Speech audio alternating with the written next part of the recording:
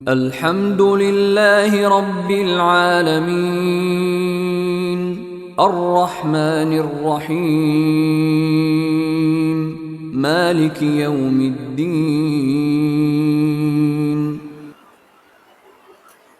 السلام عليكم ورحمة الله وبركاته. إن الحمد لله نحمده ونستعينه ونستغفره ونؤمن به ونتوكل عليه. أعوذ بالله من شرور أنفسنا من سيئات أعمالنا. من يهده الله فلا مضل له ومن يضلل فلا هادي له. أشهد أن لا إله إلا الله وحده لا شريك له وأشهد أن محمدا عبده ورسوله أما بعد. كان النبي صلى الله عليه وسلم إن أصدق الحديث كتاب الله وأحسن الهدي هدي محمد صلى الله عليه وسلم. شر الأمور محدثاتها كل محدثة بدعة كل بدعة ضلالة كل ضلالة في النار. உங்களை ஒரே ஒரு ஆத்மாவில் இருந்து படைத்த உங்கள் இறைவனை அஞ்சிக் கொள்ளுங்கள் என்ற ஏக இறைவனின் எச்சரிக்கையும், அல்லாஹ்வை அஞ்ச வேண்டிய விதத்தில் அஞ்சுங்கள், நீங்கள் முஸ்லீமாக தவிர மரணித்து விடாதீர்கள் என்ற எல்லாம் வல்ல அல்லாஹ்வின் அறிவுரையும் உங்களுக்கும் எனக்கும் நினைவுபடுத்தியவனாக இந்த ஜும்மா உரையை ஆரம்பம் செய்கிறேன். கண்ணியத்துக்குரிய எல்லாம் வல்ல அல்லாஹ்வின் நல்லடியார்களே, அல்ஹம்து சூராவின் விளக்கத்தை நாம் தொடராக பார்த்து வருகிறோம். அதில் பிஸ்மில்லா பார்த்தோம். அடுத்தது அல்ஹம்துலில்லாஹி ரப்பில் ஆலமீன் அர் ரஹ்மான், அது வரைக்கும் நம்ம பார்த்தோம். அல்ஹம்துலில்லாஹி ரப்பில் ஆலமீன், அகிலத்துக்குரிய இறைவன், அவனுக்கே எல்லா புகழும் என்பதை நாம் பார்த்தோம். எல்லா புகழும் இறைவனுக்கே.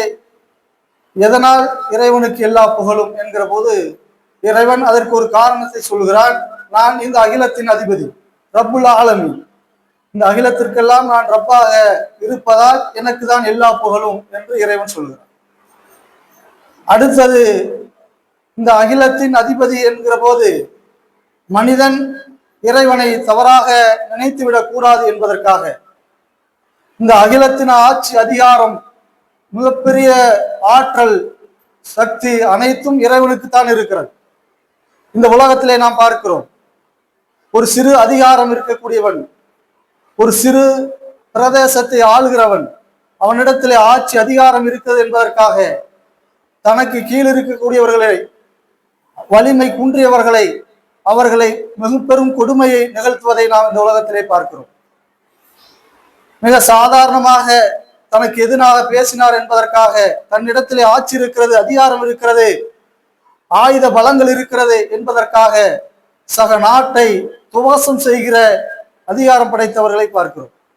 ஆனால் அவர்கள் இருக்கிற அதிகாரம் என்ன? இறைவனோடு ஒப்பிடவே முடியாத இந்த ஒட்டுமொத்த உலகமும் ஒருவன் கீழே இருந்தால் கூட, இந்த ஒட்டுமொத்த உலகமும் ஒருவனுக்கு ஆட்சி அதிகாரம் ஒருவனுக்கே சொந்தமானதாக இருந்தால் கூட, அவனின் அதிகாரம் என்பது ஒரு கடல், ஒரு மிக பரந்த கடலிலே ஒரு குருவி தன் வாயால் எடுக்கிற சிறு துளி போல்தான். அவ்வளவு அதிகாரம் இருந்தால் கூட அவனுக்கு இந்த கடலில் எடுக்கிற சிறு துளி போலதான். ஆனால் அதை விட கடுகளவு அதிகாரம் வைத்திருக்கிறவர்கள் என்ன செய்கிறார்கள்? தனது சக நாடு, அருகையிலே இருக்கிற நாடு பலகீனமான நாடு என்பதற்காக, தன் ஆயுதங்களை தயாரித்து வைத்திருக்கிறோம் என்பதற்காக, அந்த ஆயுதத்தை சோதித்து பார்க்க வேண்டும் என்பதற்காக எத்தனை மனித உயிர்கள் இறந்து போனாலும், நாசமானாலும், எத்தனை நிலங்கள், எத்தனை சொத்துகள் நாசமானாலும் அதை பற்றி கவலை இல்லை. தன்னுடைய ஆயுதத்தை சோதித்து பார்க்க வேண்டும், தன் அதிகாரத்தை பிரயோகிக்க வேண்டும் என்பதற்காக எத்தனை அழிவுகளை இந்த உலகத்திலே சாதாரண அதிகாரம் வைத்திருக்கிற மனிதர்கள் நிகழ்த்துகிறார்கள். இதை பார்க்கிற மனிதன் இந்த அகிலத்துக்கெல்லாம் அதிகாரம் படைத்தவன், ஆற்றல் படைத்தவன் என்று சொல்கிறானே, அவனுக்கு நம்மிடத்திலே எப்படி நம்மிடத்திலே நடந்து கொள்வான் என்கின்ற அச்ச உணர்வு இருக்கக்கூடாது என்பதற்காக இறைவன் அடுத்ததாக என்ன சொல்கிறான்? அர் ரஹ்மான் அர் ரஹீம், நான் அளவற்ற அருளாளன், நிகரற்ற பேர் அன்புடையவன் நான் என்று சொல்கிறான். அதுல எத்தனை அருள்களை இறைவன் இந்த உலகத்திற்கே வாரி வழங்கி இருக்கிறான் என்பதை தொடராக நாம் பார்த்திருக்கிறோம். கடந்த 3 வாரங்களாக இறைவன் எத்தனை அருள்களை நம்ம சொன்ன சும்மா கொஞ்சம் நிறைய நம்ம எண்ண முடியாத அளவுக்கு இறைவன் அருளை வாரி வழங்கி இருக்கிறான். அது ஒரு காரணத்தை சொல்றான். இறைவன் இவ்வளவு பெரிய அதிகாரம் படைத்தவன் என்பதற்காக அவனிடத்திலே நாம் கேட்க முடியாத, அவன் நம்ம இடத்திலே அன்பு காட்ட மாட்டான் என்று நீ என்ன செய்கிறார்கள்? சக மனிதன் தன்னை போல மனிதரிடத்திலே போகிற காட்சி பார்க்கிறோம். முஸ்லீம் என்ன செய்யறான்? அல்லாஹ் ரொம்ப பல படைச்சவன், ஆற்றல் படைத்தவன், அவனிடத்துல நம்ம போய் கேட்க முடியாது. நான் நிறைய பாவம் செஞ்சுட்டேன், பாவம் செஞ்சதுனால, தவறு செய்ததால அவன் அல்லாஹ் கடுமையானவன், ஆட்சி அதிகாரம் பெற்று இருக்கக்கூடியவன், அவனிடத்திலே நம்மால் கேட்க முடியாது. அதுக்கு என்ன செய்யலாம்? நம்மை போன்ற, நம்மை விட உயர்ந்த மனிதர்கள், அடியார், அவுலியாக்கள், மகான்கள் என்று சிலரை பிடிச்சு வச்சுக்கிட்டு அவங்கள்ட்ட போய் கேட்போம். அவங்க நமக்கு சிபாரிசு செய்வாங்க. அவங்க நம்ம அல்லாஹ்ட்ட, நம்ம அல்லாஹ் எப்போ கோபமா இருக்கிறான், பாசமா இருக்கான் நமக்கு தெரியாது, அவங்களுக்கு தெரியும். அதனால அவங்கள்ட்ட போய் கேட்போம். அவங்க எந்த நேரத்துல சொல்லுமோ அதை சொல்லி நமக்கு வாங்கி தருவாங்க. இன்றைக்கு தர்காக்களை போய் முட்டுகிறவர்கள் சொல்லுகிற காரணம் என்ன? இதைதான் சொல்றோம்.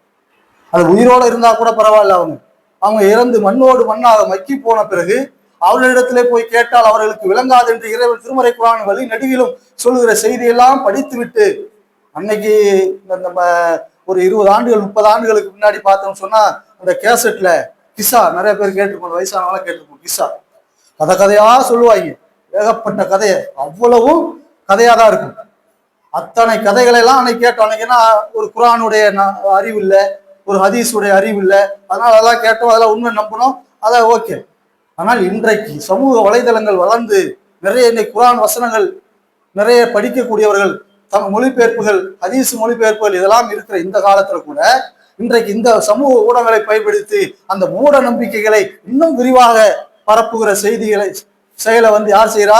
மிகப்பெரிய ஆலிம்கள் செய்து கொண்டிருக்கிறார். மொய்தீன் ஆண்டவருக்கு அவ்வளவு சக்தி இருக்குது, இவ்வளவு பெரிய சக்தி இருக்குது, அவர் அப்படி பார்த்துருவாரு, இப்படி கேட்டுருவாரு. இதெல்லாம் இந்த வஹாபி கூட்டங்களுக்கு தெரியல. இவர்கள் மூடர்கள், இவர்கள் குர்ஆனை படித்தார்களா, ஹதீஸை படித்தார்களா, அல்லாஹ்வே குர்ஆன்ல சொல்றான், அவுலியாக்கள் சொல்றான் அப்படின்னு தவறாக மக்கள் மத்தியிலே புரிய வைத்துக் கொண்டு தவறான செய்திகளை பரப்பி கொண்டு இன்றளவும் அவர்கள் சொல்கிறார்கள் என்று சொன்னால் அதற்கு காரணம் என்ன சொல்றான்? அவுலியாக்கள்லாம் நம்ம மேல, இந்த அடியார்கள் மீது பாசம் உள்ளவர்கள், அன்பு கொண்டவர்கள். அல்லாஹ் ரொம்ப கடுமையானவன், அதனால அல்லாஹ்ட்ட போய் நம்மளால நேரடியாக கேட்க முடியாது. இந்த அவுலியாட்ட போய் கேட்டோம்னு சொன்னா அவர்கிட்ட அல்லாஹ்ட்ட பேசி அந்த அவுலியா நமக்கு வாங்கி தருவாரு என்ற காரணங்களை இன்றளவும் சொல்லி கொண்டு இருக்கிறார்கள். அதற்கு அல்லாஹ் என்ன சொல்றான்? நம்ம ஒவ்வொரு நாளும் ஒவ்வொரு காரியத்தை செய்யும் போதெல்லாம் நம்ம என்ன சொல்லி ஆரம்பிக்கிறோம்? பிஸ்மில்லாஹிர் ரஹ்மானிர் ரஹீம். அளவற்ற அருளாளனும் நிகரற்ற பேரன்புடையனுமாகிய அல்லாஹ்வின் பெயரால், அந்த பெயரை சொல்லிதானே நம்ம எல்லா வாரியும் ஆரம்பிக்கும். இதனுடைய பொருளை நம்ம உணர்ந்திருந்தோம் சொன்னா, அளவில்லாத அருளாளன், நிகரில்லா பேரன்புடையவன் என் இறைவன் என்கிறத நம்ம புரிஞ்சிருந்தோம்னா, அந்த வார்த்தைகளை சொல்லுகிற போதே இதை புரிஞ்சிருந்தோம் சொன்னா, இல்ல இந்த மக்கள் புரிந்திருந்தால் என்று சொன்னால், இதை தாண்டி வேற எந்த அவுலியாட்ட போய் கேட்கணும், எந்த மகான்கிட்ட போய் கேட்கணும், எந்த பெரியார்ட்ட போய் கேட்கணும்? என் இறைவனே என் மீது மிகப்பெரிய அருளுடையவன், பேர் அன்புடையவன் என்கிறத புரிந்திருந்தால் நான் ஏன் இவர்கிட்ட போய் கேட்கணும், அவர்கிட்ட போய் கேட்கணும் என்று நீங்கள் போய்விடக் கூடாது என்பதற்காக இறைவன் முதல் அத்தியாயத்திலே அழகான அற்புதமான செய்தியை சொல்றான். நான் அகிலத்தின் அதிபதி தான், இந்த பேர் அண்டத்தின் அதிபதி தான், ஆனால் நான் எப்படிப்பட்டவன் என்று சொன்னால் அர் ரஹ்மான் அர் ரஹீம், அளவில்லாத அருளாளன், நிகரில்லாத பேர் அன்புடைய. அல்லாஹ்வின் அன்பு என்பது எப்படிப்பட்டது என்பதை நபிகள் நாயகம் ஸல்லல்லாஹு அலைஹி வஸல்லம் அவர்கள் இறைவனும் நிறைய நம்மளுக்கு சொல்லி காட்டுகிறார். நீங்கள் திருமறை குர்ஆனை எடுத்து பாருங்கள். கிட்டத்தட்ட எந்த ஒரு அத்தியாயத்திலும் இறைவன் தன்னை ரஹீம் என்று சொல்லாத பெரும்பாலான அத்தியாயங்களில் 150க்கும் மேற்பட்ட இடங்களில் இறைவன் தன்னை பற்றி அறிமுகப்படுத்த போது ரஹீம், ரஹ்மான், ரஹீம், நான் அளவில்லாத அருளாளன், நிகரில்லாத பேரன்புடையவன் என்று தன்னை அறிமுகப்படுத்துகிறான். நீங்கள் எந்த அத்தியாயத்திலும், 2 அத்தியாயத்தை தவிர மீது எல்லா அத்தியாயங்களிலும் இறைவன் தன்னை ரஹீம் என்று, அளவற்ற பேரன்புடையவன் என்று அல்லாஹ் தன்னை அறிமுகப்படுத்துகிறான். அப்படிப்பட்ட இறைவனிடத்திலே நாம் கேட்பதை விட்டுவிட்டு அல்லாஹ்வுக்கு இணை வைக்கிற மிகப்பெரிய ஒரு பாதகத்தை இன்றளவும் விளங்காத மக்கள் செய்கிறார்கள். அது ஒரு கணக்கு. தலப்பா கட்டிட்டு சிப்பா போட்டுக்கிட்டு நானும் குர்ஆனை படித்திருக்கிறேன், ஹதீஸை படித்திருக்கிறேன் என்று அந்த குர்ஆனுக்கும் ஹதீஸுக்கும் தவறான அந்த அறியாத மக்கள் புரிந்து கொள்கிற அளவுக்கு அவர்கள் விளக்கம் சொல்கிறார்கள் சொன்னார். இந்த திருமறை குர்ஆனிலிருந்து நாம் புரிந்து கொள்கிற செய்தி என்ன? அது இறைவனை பற்றி நபிகள் நாயகம் ஸல்லல்லாஹு அலைஹி வஸல்லம் அவர்கள் நமக்கு அறிமுகப்படுத்துகிறார்கள். எப்படி அறிமுகப்படுத்துகிறார்கள்? இறைவன் தன்னை பற்றி அறிமுகப்படுத்த நபிகள் நாயகம் ஸல்லல்லாஹு அலைஹி வஸல்லம் சொல்கிறார்கள், இறைவன் இந்த உலகத்தை எல்லாம் படைப்பதற்கு முன்பாக, இந்த உலகத்தை எல்லாம் படைப்பதற்கு முன்பாக தன்னுடைய அரிசை படைக்கிறான். இறைவன் அரிசில ஒரு செய்தியை எழுதி வைத்திருக்கிறான். நபிகள் நாயகம் ஸல்லல்லாஹு அலைஹி வஸல்லம் சொல்றார், என்ன எழுதி வைத்திருக்கிறான்? ஃபஹுவ மக்தூபன் இந்தஹு ஃபஹுவ அர்ஸ்.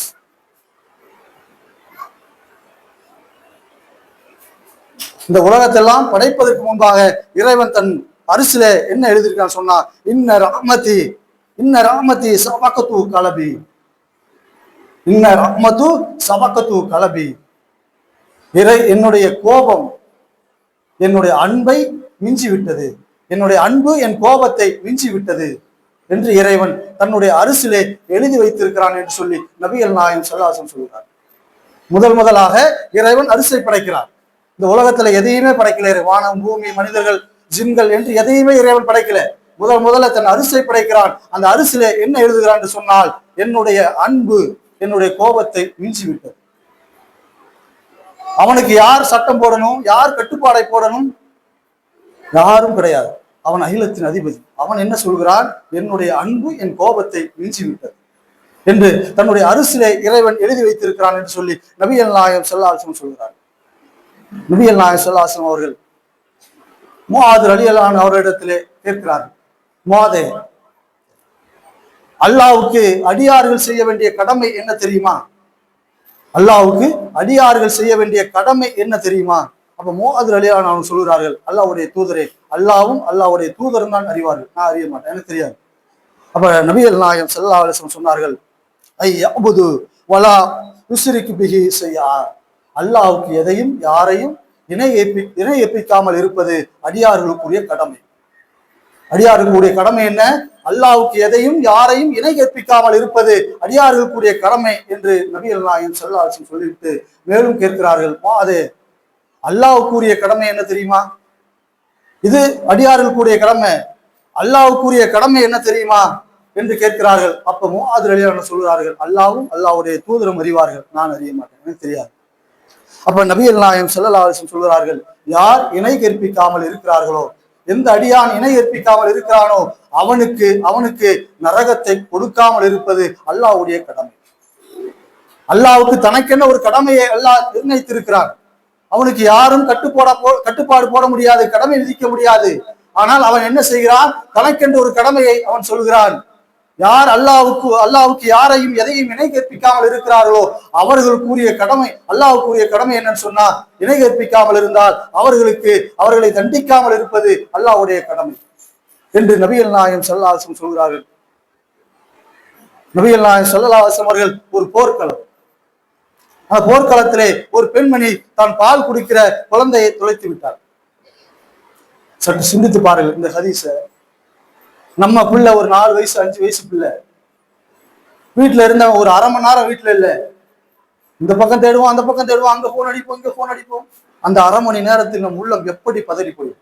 ஒரு 5 வயசு பிள்ளை, ஒரு 10 வயசு பிள்ளை ஒரு அரை மணி நேரம் 1 மணி நேரம் வீட்டுல இல்லைன்னு சொன்னா, அங்க போன் அடிச்சு, இங்க போனிச்சு, அங்க வந்தானா, இங்க வந்தானா என்று நமது உள்ளம் எப்படி பதறி விடுகிறது. ஆனால் ஒரு தாய் போர்க்களத்திலே தன் பால் குடிக்கிற ஒரு குழந்தையை துளைத்து விட்டு தடுமாறுகிறாள். எந்த அளவுக்கு தடுமாறார் என்று சொன்னார், அந்த போர்க்களத்திலே, அந்த களத்திலே சிறு குழந்தைகளாக பால் குடிக்கிற பிள்ளை எந்த பிள்ளை இருக்கிறதோ அந்த பிள்ளையை அணைத்து தன் மார்பிலே பால் கொடுக்கிறாள். அப்படியே அந்த பைத்தியம் பிடித்து விடுன்னு சொல்லுவாங்களே, அதுபோல தடுமாறுகிறாள், ஓடுகிறாள். பார்க்கிற குழந்தையெல்லாம் எடுத்து தன் மார்போடு அணைத்து அதற்கு பால் கொடுக்க முனைகிறாள். அப்படித்தானே ஒரு தாய் செய்வார். இந்த குழந்தை நம்ம குழந்தையா இருக்காதா, இந்த குழந்தை நம்ம குழந்தையா இருக்கிறாரா என்று தேடுகிறாள், தடுமாறுகிறாள். இறுதியாக நபிகள் நாயகம் ஸல்லல்லாஹு அலைஹி வஸல்லம் தோழர்கள் அந்த பெண்மணியின் குழந்தையை எடுத்து அந்த பெண்ணிடத்திலே கொடுக்கிறார்கள். எப்படி இருக்கும் அந்த இடத்துல இருந்து நம்ம சிந்திக்கணும். ஒரு போர்க்களத்துல தான் பால் குடிக்கிற குழந்தையை தவற விட்டு விட்டால், ஒரு மணி நேரம் 1/2 மணி நேரம் அதை தேடி அலைந்து கிடைத்து விட்டால் அந்த பெண் எப்படிப்பட்ட மகிழ்ச்சியோடு வாரி அணைத்துக் கொண்டு தன் மாரோடு அணைத்துக் கொண்டு பால் குடி.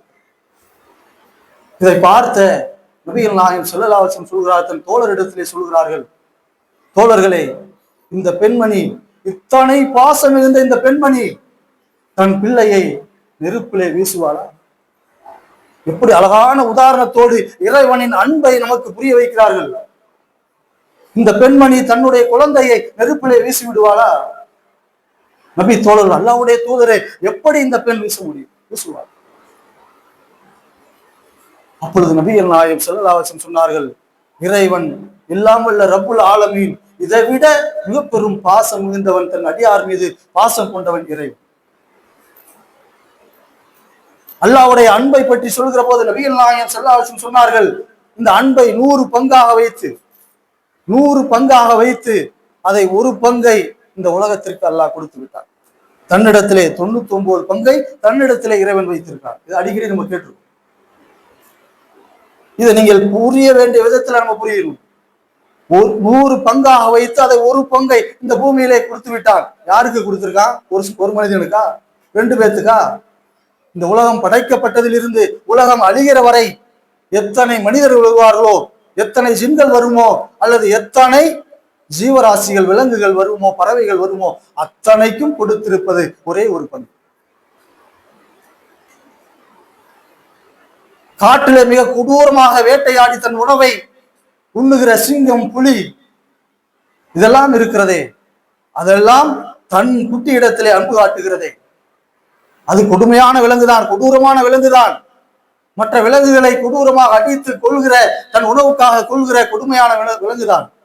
ஆனால் தன் குட்டி இடத்திலே எப்படிப்பட்ட அன்பை காட்டுகிறது? அந்த அன்பு எதுவென்று சொன்னால், இறைவன் இந்த உலகத்திலே வீசி இருக்கிறானே ஒரே ஒரு பங்கு, அந்த ஒரு பங்கில் இருந்தால் அந்த கொடூரமான விலங்கு கூட தன் குட்டி இடத்திலே பாசம் காட்டுகிறார். ஒரு தாய் தன் பிள்ளை இடத்திலே பாசம் காட்டுகிறாளே, துளைத்து விட்ட தன் குழந்தையை தேடி அலைகிறாளே, பைத்தியம் முடித்தவள் போல தேடி அலைகிறாளே, அந்த பாசம் அந்த ஒரு பங்கில் இருந்து வந்தது. ஈன்றெடுத்த தன் குட்டியை விதித்து விடக் கூடாது என்பதற்காக, கவனத்தோடு ஈன்றெடுத்து தான் கால் அது மேல் பட்டுவிடக் கூடாது என்பதற்காக ஒதுங்கி நிற்கிறதே மாடு, ஆடு, ஒட்டகம், இதெல்லாம் எதில் அந்த ஒரு பங்கில் இருந்துதான் அது தன் குட்டியின் மீது அன்பு காட்டுகிறது.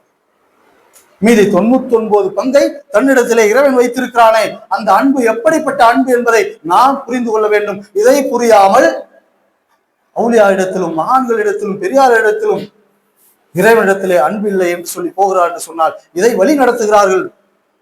இந்த ஜிப்பா போட்டவர்கள், தலப்பா கட்டியவர்கள் இதை வழி நடத்துகிறார் என்று சொன்னால் இன்றைக்கும் பேசுகிறார்கள். அவுலியா பார்க்கணும், அவுலியா ஜியாரத் செய்யணும், தர்காவுக்கு போகணும், அவரிடத்தெல்லாம் கேட்கணும், அல்லாஹ்ட்ட கேட்க கூடாது. இதுக்கு உதாரணம்லாம் வேற. தோசையை நீங்க நேரம் அடுப்புகளை ஊத்துனீங்கன்னா தோசை உங்களுக்கு கிடைக்குமா? எப்படி அழகான உதாரணம் சொல்றாங்க பாருங்க. தோசையை மாவு எடுத்து நேரம் அடுப்புகளை ஊத்துனா உனக்கு தோசை கிடைக்குமா? கருவி போயிடும். அப்ப என்ன செய்யணும்? இடையில ஒரு தோசை சட்டி வைக்கணும், அது சூடாறோம்னா அதுலதான் தோசையை ஊத்தணும். இந்த தோசை சட்டி யாரு? அவுலியா. அடுப்பு யாரு? அல்லாஹ். நீ அடுப்பு விட்ட நேரா போயிடக்கூடாது, இடையில இருக்கிற தோசை சட்டிக்கிட்ட போயிட்டு தான் அப்பதான் நீ தோசை எடுக்க முடியும் என்று விளக்கம் வேறு சொல்லுகிறார்கள். இந்த திருமறை குர்ஆன் வசனத்தை படித்தவர்கள் இப்படிப்பட்ட விளக்கத்தை சொல்ல முடியுமா? நிகரில்லாத பேர் அன்புடையவன் என்று சொல்லி திருமறை நெடுகிலும் இறைவன் சொல்லிக்கொண்டே வருகிறானே. எந்த செய்தியை வேணாலும் எடுத்து பாருங்க, எந்த ஒரு அத்தியாயத்தை நீங்க கண்ணை மூடிட்டு ஒரு அத்தியாயத்தை எடுங்க, அந்த அத்தியாயத்தில் இருக்கிறதா இல்லை என்று பாருங்க. ரஹீம் என்கிற பேர் அன்புடையவன் என்று இருக்கிறதா இல்லை என்று படித்து பாருங்கள். அப்படிப்பட்ட இறைவன் நெருப்பு மாறி, அடுப்பு மாறி என்று சொல்லி உதாரணத்தை சொல்லிக் கொண்டிருக்கிறார் என்று சொன்னால், இறைவனின் அன்பை புரிந்து கொள்வதற்கு நாம் அப்படிப்பட்ட அன்பை நாம் புரிந்து கொள்ளவில்லை என்று சொன்னால் இறைவனிடத்திலே கேட்பதற்கு நபிகள் நாயகம் ஸல்லல்லாஹு அலைஹி வஸல்லம் இறைவன் திருமறை குர்ஆனிலே சொல்றான். என்ன சொல்றான்? குல் யா இபாதில்லதி அஸ்ரஃபு அலா அன்ஃபுஸிக்கும். நம்ம மனிதங்கிற இயல்பு என்ன? பாவம் செய்யக்கூடியவன். அப்படிதான் நான் படைச்சிருக்கேன். நல்லா சொல்றான். மனிதன் பாவம் செய்யக்கூடியவன் தான், நான் அப்படிதான் படைச்சிருக்கேன். அப்ப என்ன செய்வோம்? ஒரு இடத்துல ஒரு தண்டை ஏதோ ஒரு கடனை வாங்குறோம், அல்லது யாரோ ஒருவருக்கு ஒரு அநீதி இழைத்து விட்டோம். ஒரு தடவை அநீதி இழைச்சுனா போய் மன்னிச்சிருங்க, தெரியாம செஞ்சுட்டேன், ஒரு பெரிய மனசு இருந்தா கேட்டுருவோம். ஒரு தடவை 2 தடவை அவருக்கு அநியாயம் செஞ்சுட்டு என்ன செய்வோம்? ஒரு 2 தடவை கூட கேட்டுருவோம், ஒரு 3 தடவை கூட கேட்டுருவோம். தொடர்ந்து ஒரு மனிதனுக்கு அநீதி இழைத்து விட்டால், தவறு இழைத்து விட்டால், அடுத்தடுத்து அவனை பார்ப்பதற்கு ஒரு நல்ல மனிதராக இருந்தால் என்ன செய்வான்? வெட்கப்படுவான். ஐயோ, இத்தனை தடவை அவரு நமக்கு மன்னிப்பு கொடுத்தாரு, இத்தனை தடவை அவருக்கு நமக்கு உதவி செஞ்சாரு, ஆனா அவருக்கு அநியாயம் செஞ்சுட்டோம் என்று சொல்லி அவரை பார்ப்பதற்கு கூட ஒரு மனிதன் வெட்கப்படுவான். ஆனால் இறைவன் என்ன செய்கிறான்? எத்தனை முறை அவன் அநியாயம் செய்தான் சொல்லி அல்லாஹ் கூப்பிடும் போதே எப்படி கூப்பிடறான்? யா இபாத் அல்லதி அஸ்ரஃபு அன்ஃபுஸிக்கும், தங்களுக்கு தாங்களே அநீதி இழைத்துவிட்ட என் அடியார்களை எப்படி அழைக்கிறான்? தங்களுக்கு தாங்களே அநியாயம் செய்துவிட்ட என் அடியார்களை லா தக்னது மினர் ரஹ்மா, அல்லாஹ்வுடைய அருளை நீங்கள் நம்பிக்கை இழந்து விடாதீர்கள். உங்களுக்கு நாங்களே நீங்க அநியாயம், நான் எவ்வளவோ அருள் கொடைகளை உங்களுக்கு கொடுத்திருக்கேன், நீங்கள் நன்றி மறந்து நடந்து கொண்டுதான் இருக்கிறீர்கள். எத்தனை அருளை உங்களுக்கு கொடுத்தாலும் நீங்கள் இறைவனுக்கு நன்றி மறந்தவர்களாக தான் இருக்கிறீர்கள். ஆனாலும் அல்லாஹ்வின் அருளில் நீங்கள் நம்பிக்கை இழந்து விடாதீர்கள். இன்னல்லாஹ் யஃபிரு துனூப ஸமியா, பாவங்கள் அனைத்தையும் அல்லாஹ்வே மன்னிக்க கூடியவன். இன்ஹுவல் கஃபூருர் ரஹீம், அல்லாஹ் உங்கள் மீது பேர் அன்புடையவன் என்று சொல்லி இறைவன் அற்புதமான ஒரு செய்தியை 39வது அத்தியாயம் 53வது வசனத்துல அல்லாஹ் சொல்லியிருக்காங்க. நீங்கள் அநியாயம் செய்யக்கூடியவர்களான், பாவம் செய்யக்கூடியவர்களான். எப்படி கூப்பிடுறான்? பாவம் செய்யக்கூடிய அடியார்களே, அல்லாஹ்வுடைய அருளை நீங்கள் நம்பிக்கை இழந்து விடாதீர்கள். அல்லாஹ் உங்களை மன்னிப்பதற்கு காத்து கொண்டிருக்கிறான். ஏன் மன்னிக்கிறான்? அவன் மிகப்பெரிய பேர் அன்புடையவன்.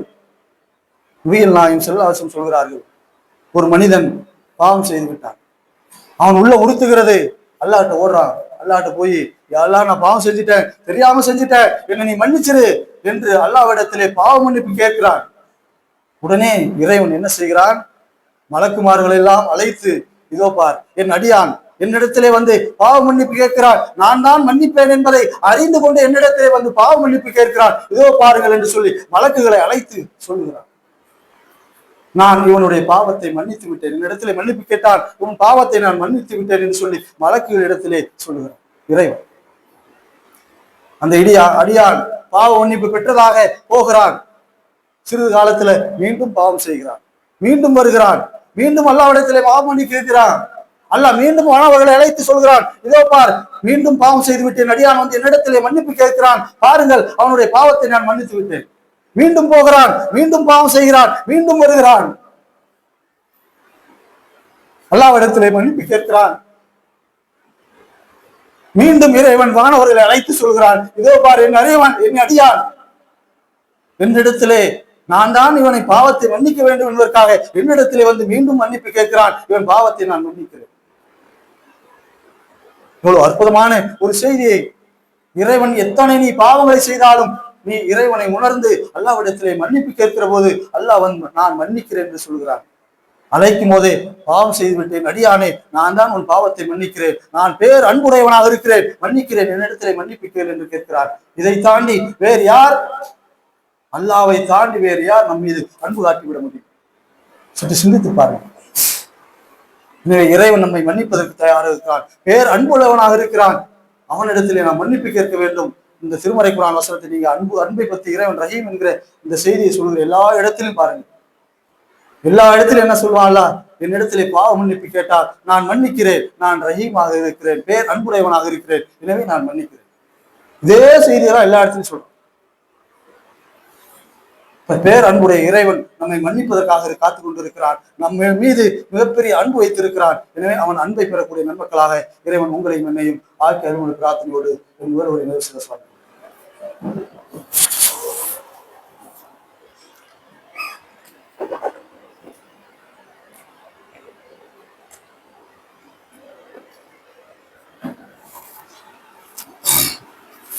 அல்ஹம்துலில்லாஹி ரப்பில் ஆலமீன், வஸ்ஸலாத்து வஸ்ஸலாமு காத்தமில் அன்பியா வல் முர்சலீன். கண்ணியத்துக்குரிய எல்லாம் வல்ல அல்லாஹ்வின் நல்லடியார்களே, நம்ம எல்லாம் படைத்திருக்கிற ரப்புல் ஆலமீன் இந்த மனித சமூகத்தின் மீது பேர் அன்புடையவனாக இருக்கிறார் என்கிற செய்தியை நாம் திருமறை குர்ஆன் நெடுகிலும் நம்மால் பார்க்க முடியாது. நம்ம எல்லாம் கற்பனையே செய்ய முடியாத பேர் அன்புடையவன் இறைவன் என்பதற்கு நபிகள் நாயகம் ஸல்லல்லாஹு அலைஹி வஸல்லம் அவர்கள் ஒரு செய்தியை சொல்கிறார். நாம் எல்லாம் அடிக்கடி கேட்ட ஒரு செய்தி, ஆனால் அதை புரிய வேண்டிய விதத்தில் நாம் புரிந்து கொள்ள வேண்டும்.